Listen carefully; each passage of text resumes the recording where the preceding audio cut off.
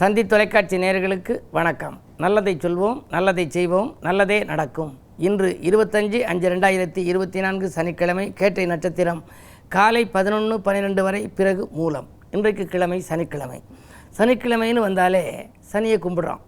சனிக்கு அப்புறம் எதை கும்பிடலாம் அப்படின்னா, சனி பிடிக்காத தெய்வம்னு சொல்லி வர்ணிக்கப்படுவது 2 தெய்வங்கள். ஒன்று ஆஞ்சநேயர், மற்றொன்று பிள்ளையார்.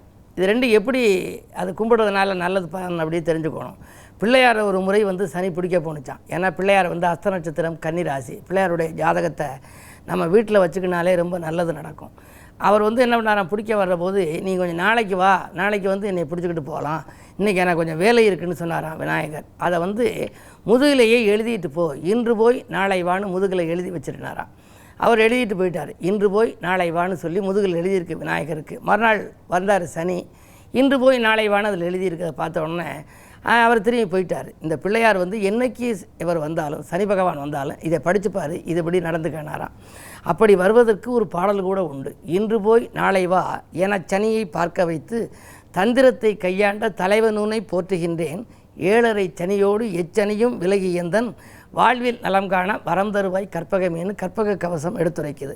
அது மாதிரி அவர் தப்பிச்சாராம். அதனால் பிள்ளையாரை கும்பிட்டா இன்றைக்கி வரக்கூடிய சனி நாளைக்கு வா நாளைக்கு வாங்கிற மாதிரி அது அப்படியே போயிடுமா.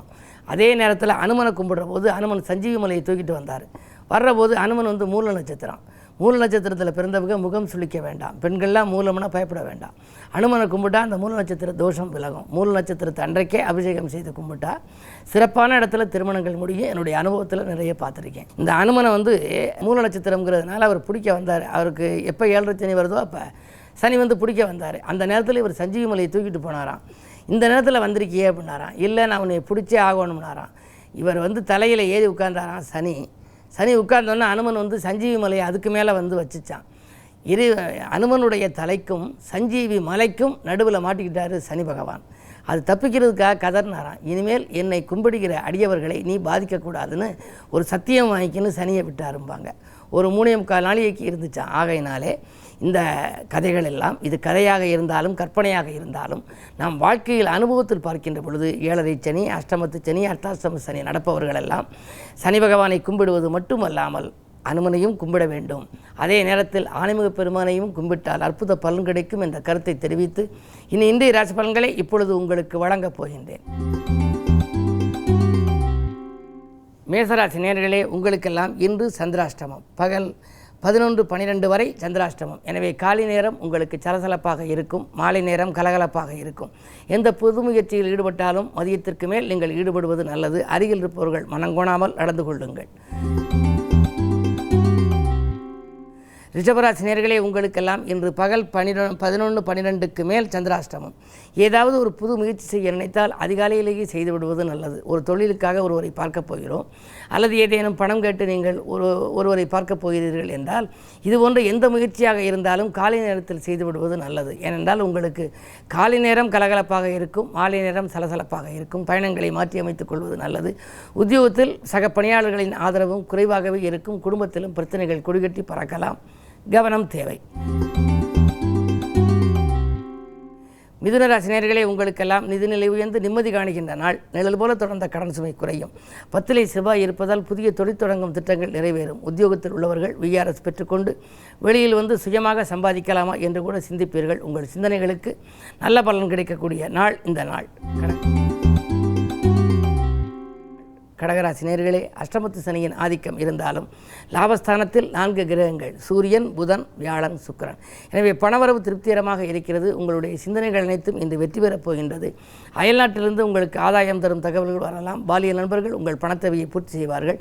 வழக்குகள் உங்களுக்கு சாதகமாக முடியும். சுப செலவுகளும் உண்டு. சிம்மராசி நேயர்களே, உங்களுக்கெல்லாம் இன்று முன்னெச்சரிக்கையோடு செயல்பட வேண்டிய நாள். முக்கிய புள்ளிகளை பகைத்துக் கொள்ளாதீர்கள். தொழிலை விரிவு செய்ய வேண்டும் என்று எண்ண வேண்டாம். முதலீடுகள் செய்வதன் மூலம் உங்களுக்கு அவ்வளவு சிறப்பாக இருக்காது. நடக்கும் தொழிலை அப்படியே பார்த்துக்கொள்வது நல்லது. 8லே செவ்வாய் இருப்பதால் இணக்கமாக நடந்து கொண்ட உடன்பிறப்புகள் இன்றைக்கு பகையாக மாறலாம். ஆரோக்கிய தொல்லைகளும் உண்டு. எலும்பு நரம்பு சம்பந்தப்பட்ட வகையில் பாதிப்புகள் ஏற்படும் சூழ்நிலை உருவாகும். கவனம் தேவை. கன்னிராசி நேயர்களே, உங்களுக்கெல்லாம் குரு பார்வை இருப்பதனாலே கல்யாண கனவுகள் நனவாகும். கடமையிலிருந்து தொய்வு அகலும். பழைய வாகனங்கள் பழுதாகி செலவு வைக்கிறதே. புதிய வாகனம் வாங்கலாமா என்று சிந்தித்தவர்களுக்கு அது வாங்கும் யோகம் கூட உண்டு. அதே நேரத்தில் அஞ்சல் வழியிலும் உங்களுக்கு அனுகூல தகவல்கள் கிடைக்கும். இந்த நாள் நல்ல நாள். துலாம் ராசி நேயர்களே, உங்களுக்கெல்லாம் செல்போன் வழி செய்தி சிந்திக்க வைக்கின்ற நாள். செய்தொழில் முன்னேற்றங்கள் உண்டு. 8ஆம் இடத்திலே குரு இருந்தாலும் கூட அதன் பார்வை 2இல் பதிவதனாலே குடும்பத்தில் நீண்ட நாட்களாக பேசி விட்டு போன சுபகாரியங்கள் இன்று நடைபெறலாம். உடன்பிறப்புகள் உங்களுக்கு உறுதுணையாக இருப்பார்கள். கடன் சுமை குறைய புதிய வழிபிறக்கும். இந்த நாள் நல்ல நாள். விருச்சிக ராசி நேயர்களே, உங்களுக்கெல்லாம் இன்று காலை 11:12 வரை உங்கள் ராசிக்குள் சந்திரனை 7இல் இருக்கும் குரு பார்க்கின்றார். குரு சந்திர யோகம் இருக்கிறது. யோகங்களிலே மிகச்சிறந்த யோகம் குரு சந்திர யோகம். எனவே இன்றைக்கு பொருளாதாரம் திருப்திகரமாக இருக்கும். எந்த முயற்சிகள் செய்தாலும் உங்களுக்கு தொட்ட காரியங்கள் எல்லாம் வெற்றி கிடைக்கும். அதிகார வர்க்கத்தினரின் ஆதரவும் உண்டு. உத்தியோகத்திலே மேலதிகாரிகள் உங்களுக்கு இணக்கமாக நடந்து கொள்வார்கள். கேட்ட சலுகைகளை கொடுப்பார்கள். தனுசு ராசி நேயர்களே, உங்களுக்கெல்லாம் இன்று பகல் 11:12க்கு மேல் உங்கள் ராசிக்குள் சந்திரன் உலா வருகின்றார். அஷ்டமாதிபதி வருவது அவ்வளவு நல்லதல்ல. இணக்கம் அவ்வளவு இருக்காது. மனக்கவலைகள் அதிகரிக்கும். இடமாற்றங்கள் கூட உங்களுக்கு இனிமை தரும் விதம் அமையாது. உத்தியோகத்திலே சக பணியாளர்களால் பிரச்சனைகள் வரலாம். யாருக்கேனும் இன்று நீங்கள் பொறுப்புகள் சொன்னால் அதனால் பிரச்சனைகள் உண்டு. பணப்பொறுப்பு சொன்னால் அதில் சிக்கல்கள் ஏற்படலாம். எனவே எதை செய்தாலும் யோசித்து செய்வது மட்டுமல்ல, அருகில் இருப்பவர்களையும் கொஞ்சம் அனுசரித்துக் கொள்ளுங்கள். கோபத்தை குறைத்துக் கொள்வது நல்லது. மகர ராசி நேயர்களே, உங்களுக்கு தடைக்கற்கள் எல்லாம் படிக்கற்களாக மாறுகின்ற நாள். இன்று தன்னம்பிக்கையும் தைரியமும் உங்களுக்கு அதிகரிக்கும். துணிந்து நீங்கள் அதிரடியாக எடுத்த முடிவு மற்றவர்களை ஆச்சரியப்பட வைக்கும். நீங்கள் எதை செய்ய நினைத்தாலும் முதல்ல உங்களுடைய முன்னோர்களை நீங்கள் வழிபட்டு செய்வது நல்லது. ஏனென்றால் குரு பகவானுடைய பார்வை உங்கள் ராசியில் பதிகின்றது. மனித தெய்வ வழிபாடுகள் உங்களுக்கு மகத்துவம் தரும். அந்த அடிப்படையில் இன்று கிழமை சனி என்றாலும் கூட சனி பகவானையும் நீங்கள் வழிபடுவது நல்லது. குருவையும் நீங்கள் கும்பிட உங்களுக்கு நன்மைகள் நடைபெறும். கும்பராசி நேயர்களே, உங்களுக்கெல்லாம் ஜென்மச்சனி என்று இருந்தாலே 7.5 சனியிலே முதல் 2.5 வருடம் உங்களுக்கு முடிந்துவிட்டது விரயச்சனி. இப்பொழுது ஜென்மச்சனி. இன்னும் 2.5 ஆண்டுகள் அடுத்த சனிப்பெயர்ச்சி வருகின்ற பொழுது குடும்பச்சனியாக மாறும். இப்படி சனியின் ஆதிக்கத்தில் இருந்தால் சங்கடங்கள் அதிகம் வருமே என்று நீங்கள் நினைக்க வேண்டாம். குரு 4ஆம் இடத்தில் இருக்கிறார். அர்த்தாஷ்டம குருவாகி சுக்கிரனோடும் புதனோடும் இணைந்திருப்பதனாலே மங்கள நிகழ்ச்சிகள் இன்று மனையில் நடைபெறுவதற்கான அறிகுறிகள் தென்படும். மேலதிகாரிகள் உங்களுக்கு இணக்கமாக நடந்து கொள்வார்கள். அவர்கள் மனதில் இடம் பிடிப்பீர்கள். பணி நீக்கம் செய்யப்பட்டவர்கள் கூட மீண்டும் பணியில் சேர வாய்ப்புகள் உண்டு.